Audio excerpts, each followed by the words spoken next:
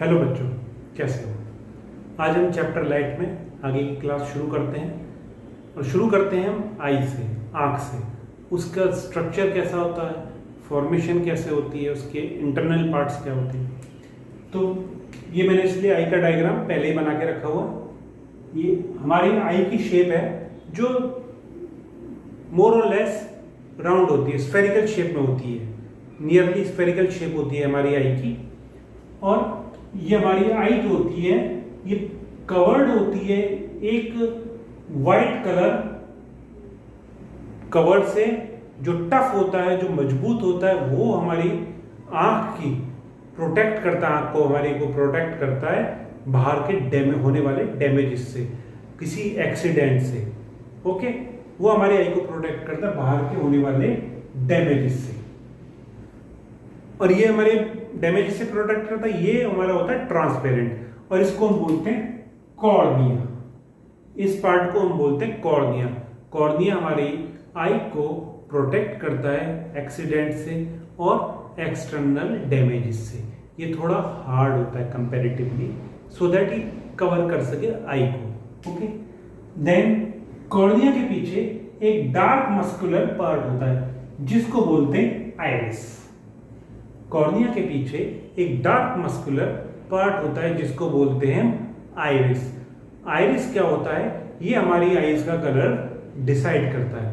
अगर हम कहते हैं कि इस आदमी की आईज ब्लैक है या इस आदमी की आईज ग्रीन है, तो हम इसका मतलब नहीं कि उसकी आईज ग्रीन है और उसका आईज ब्लैक है, हम रेफर कर रहे होते हैं उसके कलर ऑफ आइरिस को। आइरिस का कलर ग्रीन, तो वो उसकी हम बोलते हैं आइज ग्रीन है। आइरिस का कलर ब्लैक, तो हम बोलते हैं उसकी आइरिस ब्लैक है। और इस आइरिस में एक ओपनिंग होती है जिसको बोलते हैं प्यूपिल, हिंदी में पुतली भी बोलते हैं। आइरिस में एक ओपनिंग होती है प्यूपिल। ये आइरिस क्या करता है, साइज ऑफ प्यूपिल के साइज को वो कंट्रोल करता है। उसको कितना खोलना है, कब खोलना है, ज्यादा खोलना है, कम खोलना है, ये कंट्रोल कौन करता है, आइरिस। जो आइज में जो पार्ट होता है आइरिस, वो पीपल को कंट्रोल करता है। पीपल क्या करता है, आइरिस और पीपल मिलके जो लाइट रेज होती है उनको हम वो प्रोजेक्ट करते हैं लेंस के ऊपर डालते हैं, उसको कंसंट्रेट करते हैं लेंस के ऊपर, और लेंस उसको पीछे नर्व्स में भेज देता है। लेंस कहाँ भेजता है, उसके सेंस को पीछे भेज देता है रेटिना पे। रेटिना लेंस के पीछे वाला भाग होता है जहां लेंस वो सारे सेंसेस को भेज देता है। और जो रेटिना होता है वो नर्व से कनेक्टेड होता है। नर्व्स कौन सी होती है, ऑप्टिक नर्व। रेटिना से जो सिग्नल होता है वो ऑप्टिक नर्व्स में जाता है, और ऑप्टिक नर्व्स उनको माइंड तक पहुंचा देती हैं, और हम रीड करते हैं, देखते हैं कि ब्लैक है, वाइट है, काला है, कैसा है, कलरफुल है, अच्छा है, बुरा है, वो हम आई से ही देखते हैं। और इस तरह से हमारे ये सारे जो सेंसेस हैं, ये जो हमें आगे से वेव्स मिली हैं, जो सारे सेंस मिले हैं, वो ऑप्टिक नर्व के थ्रू हमारे माइंड में चले जाते हैं। जो ऑप्टिक नर्व्स में सेल्स होते हैं वो दो तरह के होते हैं, एक कोन्स, एक रॉड्स। कोन्स क्या होते हैं, वो सेंसिटिव होते हैं ब्राइट लाइट के अगेंस्ट। जो कोन्स सेल्स होते हैं वो ब्राइट लाइट के अगेंस्ट, कोन्स जो होते हैं वो ब्राइट लाइट के लिए सेंसिटिव होते हैं, और जो रॉड्स होती हैं वो डिम लाइट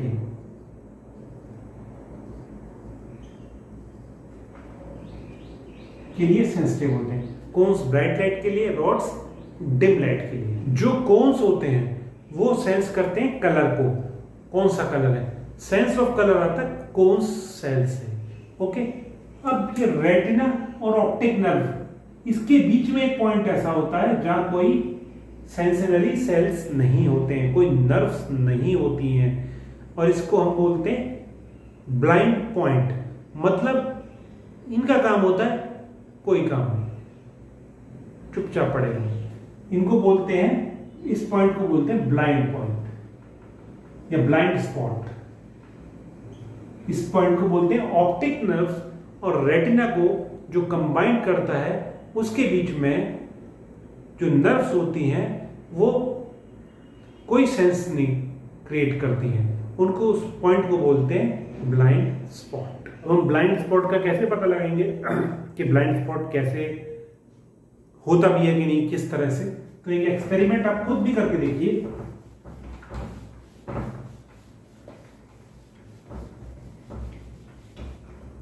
एक व्हाइट शीट पे, पेपर शीट पे एक यहां सर्कल बनाइए, ब्लैक सर्कल, सॉरी यहां बनाइए क्रॉस, यहां बनाइए ब्लैक सर्कल, थोड़ा दूर होना चाहिए एक दूसरे से। अब हम राइट आई को क्लोज करते हैं। राइट आई को क्लोज करके हम एक हाथ दूर पे इसको रखते हैं शीट को, और सिर्फ फोकस करते हैं राइट आई क्लोज करके, लेफ्ट आई से क्रॉस पे हम फोकस करते हैं, सिर्फ क्रॉस देखते हैं और धीरे धीरे उस पेपर को अपने आईज के पास लाते हैं। तो हमें कुछ देर बाद हम क्या फील करते हैं, हमको रेड ब्लैक सर्कल दिखाई देना बंद हो जाता है।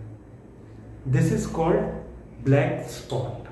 मतलब वो पॉइंट है जहां पर नर्व्स जो रेटिना है, रेटिना से सिग्नल अंदर नहीं जा रहे हैं ऑप्टिक नर्व्स तक, कि ब्लैक सर्कल भी एग्जिस्ट कर रहा है, ये सिग्नल ही नहीं पहुंच पा रहे, उसको कहते हैं हम ब्लैक स्पॉट। अब आप क्या देखते हैं, कोई भी इमेज हमारे आंखों में ना 1/16 सेकंड के 16th पार्ट तक हमारे आंखों में रहती है, हमारे ब्रेन में रहती है। रेटिना नहीं भूलता, इतनी जल्दी कोई इमेज डिमिनिश नहीं होती, वो 1/16 सेकंड तक, 60 सेकंड के 1/16 सेकंड यानी सेकंड के 16th पार्ट तक, इतने पार्ट तक वो हमारी आंखों में रहती है। अगर वो इससे कम रहेगी, मतलब 1/16 है, 1/14 हो गया तो वो इमेज हट जाएगी, और 1/17 हो गया तो वो इमेज रहेगी, मतलब ठीक है। अगर ज़्यादा टाइम तक रहेगी वो इमेज तो हमारी आंखों से नहीं जाएगी। तो क्या होता है कि इस इमेज को हम लगातार इस पर कंसंट्रेट कर रहे हैं, तो इमेज तो हमारी आंखों से जाएगी ही नहीं, क्योंकि इसको हम देख रहे हैं, पर इसको हम कंसंट्रेट ही नहीं कर रहे, इसलिए ये हमारे आंखों से ओझल हो गई, हमें दिखाई देनी बंद हो गई। इसको कहते हैं ब्लैक स्पॉट। आपने देखा होगा एक छोटे बच्चों का एक गेम भी आता है, उसमें एक हॉर्स छपा होता है और एक ब्लैक शीट आती है, बार्स होते हैं उसमें, ओके। तो उस बार्स को मूव कराते तो ऐसा लगता है घोड़ा दौड़ रहा है, पर एक्चुअली में वो स्टैटिक पोजीशन में होता है हॉर्स। हम सिर्फ मूव कर रहे होते हैं उस शीट को, उसके वजह से, और हमारे यहाँ वो शीट को इतनी तेज मूव करते, तेजी से मूव करेंगे तभी लगेगा वो हॉर्स रन कर रहा है। हम उस तेजी को इतनी तेजी से मूव कर रहे हैं शीट को, सेकंड के 24th पार्ट तक वो इमेज हमारी आंखों में रहती है। इट मीन्स 1/16 से छोटा है, मतलब वो हमें मूविंग डायरेक्शन में हॉर्स दिखाई देता है। अब जो कुछ सर्टेन पिक्चर्स होती हैं वो भी मूविंग में दिखाई देती है, पर वो एक्चुअल में मूविंग में नहीं होती हैं। उसका जो पिक्चर चेंजिंग का पार्ट होता है वो 1/16 सेकंड से कम रहता है, इसलिए वो हमें मूविंग में दिखाई देती है। और एक हमारी आई का जो मेन पार्ट होता है वो है आई लिड, जिसको हम पलक भी कहते हैं। ये वाला पार्ट, इसको बोलते हैं आई लिड। ये क्या काम करता है, एक्सटर्नल अटैक से, मतलब कोई इंसेक्ट आ रहा है, कुछ चीज आपकी आंख में लग रही, उससे आपकी आंख को ये बचाता है, उससे प्रोटेक्ट करता है आपकी आईज को। और जब आपको जरूरत नहीं होती लाइट की या कुछ देखने की, तो ये कवर अप कर लेता है आंखों को ढक लेता है, और इससे हमारी आंखें सूदिंग और रेस्ट महसूस करती है। अब कभी कभी क्या हो, देखा है आपने, कुछ हम लोग काफी अच्छी डिस्टेंस तक अपनी आंखों से देख सकते हैं, नॉर्मल हेल्दी पीपल डिस्टेंस तक काफी आंखों से देख सकते हैं और नॉर्मली बुक को हम रीड कर सकते हैं। पर कुछ लोगों में ये प्रॉब्लम आ जाती है कि वो बुक रीड नहीं कर पाते हैं, उनको जो उसके अक्षर होते हैं, जो वर्ड्स होते हैं, वो फॉगी फॉगी से, हेजीनेस सी, वो धुंधले दिखाई देने लगते हैं, या कुछ लोगों को दूर का दिखाई देना कम हो जाता है। वो किस लिए होता है? उनकी आंखों के जो लेंस होते हैं उसमें थोड़ा सा डिफेक्ट आ जाता है, उसकी वजह से होता है। और ये डिफेक्ट करेक्ट मेजरमेंट के लेंसेज पहन के, गॉगल्स पहन के दूर किया जा सकता है, परमानेंट नहीं होता है। इसको हम दूर कर सकते हैं लेंस पहन के। अगर हम लेंस पहन लेंगे मतलब हम गॉगल्स लगा लेंगे, चश्मा लगा लेंगे, तो ये हमारा डिफेक्ट दूर हो जाएगा और उस चश्मे की हेल्प से, गॉगल्स की हेल्प से हम कोई भी चीज पढ़ पाएंगे, दूर तक देख पाएंगे। पर कुछ लोगों में क्या होता है, ये चश्मा काम नहीं करता है। उसमें क्या होता है, जो हमारा लेंस होता है आई का, वो फॉगी हो जाता है।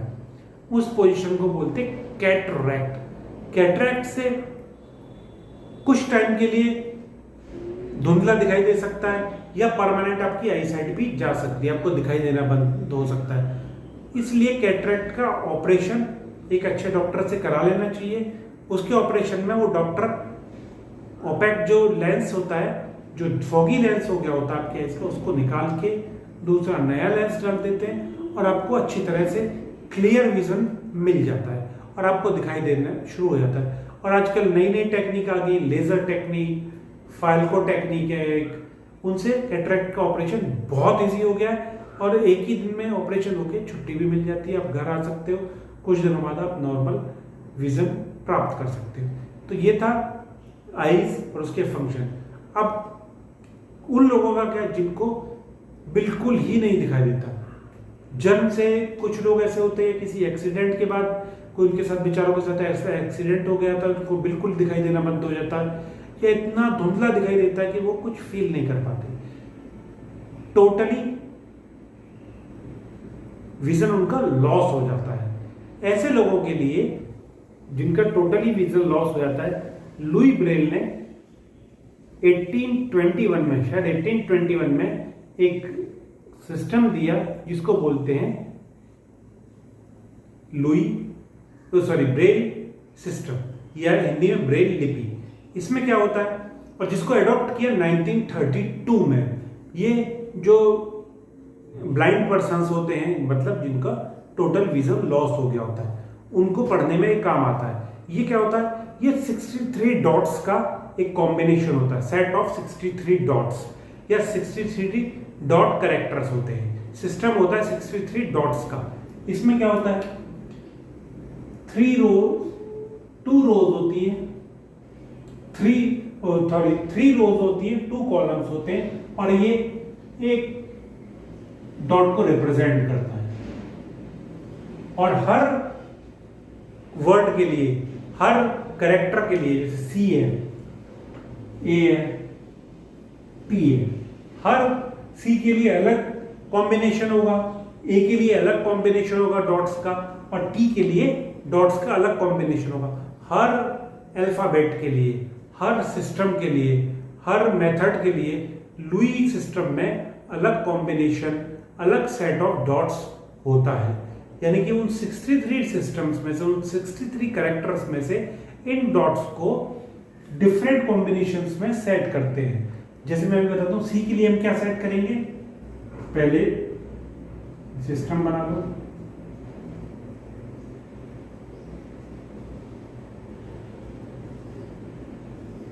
ये सी का, ये ए का, ये टी का। सी में क्या होगा, ऊपर 2 डॉट है। ए में क्या है, ऊपर 1 डॉट है। इसमें क्या है,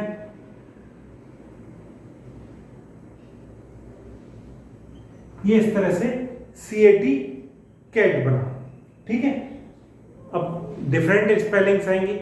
लुई सिस्टम्स में स्टार्ट करते हैं जब, तो पहले एक एक अल्फाबेट के लिए आता है, फिर पूरे वर्ड के लिए आता है, फिर पूरे सेंटेंस के लिए आता है। ये लुई सिस्टम है। ये जो ब्लाइंड पर्सन्स हैं या पार्शियली इम्पेयर्ड पर्सन्स हैं, उनके लिए एक ये बून है। लुई सिस्टम जो है उनके लिए एक बून है। इसकी वजह से वो पढ़ पाते हैं, लिख पाते हैं, इनकी वजह से वो समझ सकते हैं। आजकल जैसे इंडियन ट्रेन्स में या एरोप्लेन्स में, जहाँ भी अब देखिए मैक्सिमम गवर्नमेंट ने इस सिस्टम को अप्लाई कर रखा है। ट्रेन्स में जाइए, वहाँ वॉशरूम तक में लुई सिस्टम्स में लिखा होता है। आप जो ब्लाइंड पर्सन है उसको फील कर सकते हैं। ये जो डॉट्स होते हैं ये थोड़ा उभरे हुए होते हैं, थोड़ा निकले हुए होते हैं सरफेस में, जिससे कि इनको फील करके वो पता लगा सकते हैं क्या कह रहे हैं। और आजकल जो ब्लाइंड पर्सन हैं उनके लिए वॉइस बॉक्स आ रहे हैं, या वो पढ़ाई करते हैं तो वॉइस का सिस्टम है आजकल, क्या रिकॉर्डेड कैसेट्स आते हैं, बहुत सारे सिस्टम हो गए जिससे कि वो आजकल पढ़ाई लिखाई कर सकते हैं, अपने दैनिक जीवन के या डेली लाइफ के जो भी काम है वो कर सकते हैं। इसलिए हमें अपनी आंखों का ना बहुत ख्याल रखना चाहिए। कभी डायरेक्ट सनलाइट की तरफ मत देखो, आप लेजर लाइट मत डालो आंखों में, बुक को एक सर्टेन डिस्टेंस से देखो। और हाँ, सबसे जरूरी है मोबाइल बिल्कुल यूज मत करो, हो सके तो बहुत कम यूज करना चाहिए। गेम वेम मत खेलो मोबाइल पे, मोबाइल से सबसे ज्यादा आंखें खराब होती हैं। और हमें क्या, अगर आंखों में हमारी कुछ धूल मिट्टी कुछ एक्सटर्नल ऑब्जेक्ट पड़ जाता है, एक्सटर्नल कोई भी चीज आ जाती है, तो हमको पानी से अच्छी तरह वॉश करना चाहिए, उसको रब नहीं करना चाहिए। तो बच्चों, ये था हमारा लाइट की लास्ट क्लास और क्लास 8 की लास्ट क्लास। अब आप इस चैप्टर को ध्यान से करिए, पढ़िए, अच्छी तरह से करिए, इसके क्वेश्चन आंसर करिए। ठीक है, आगे मिलते हैं। सी यू, टाटा, गुड बाय।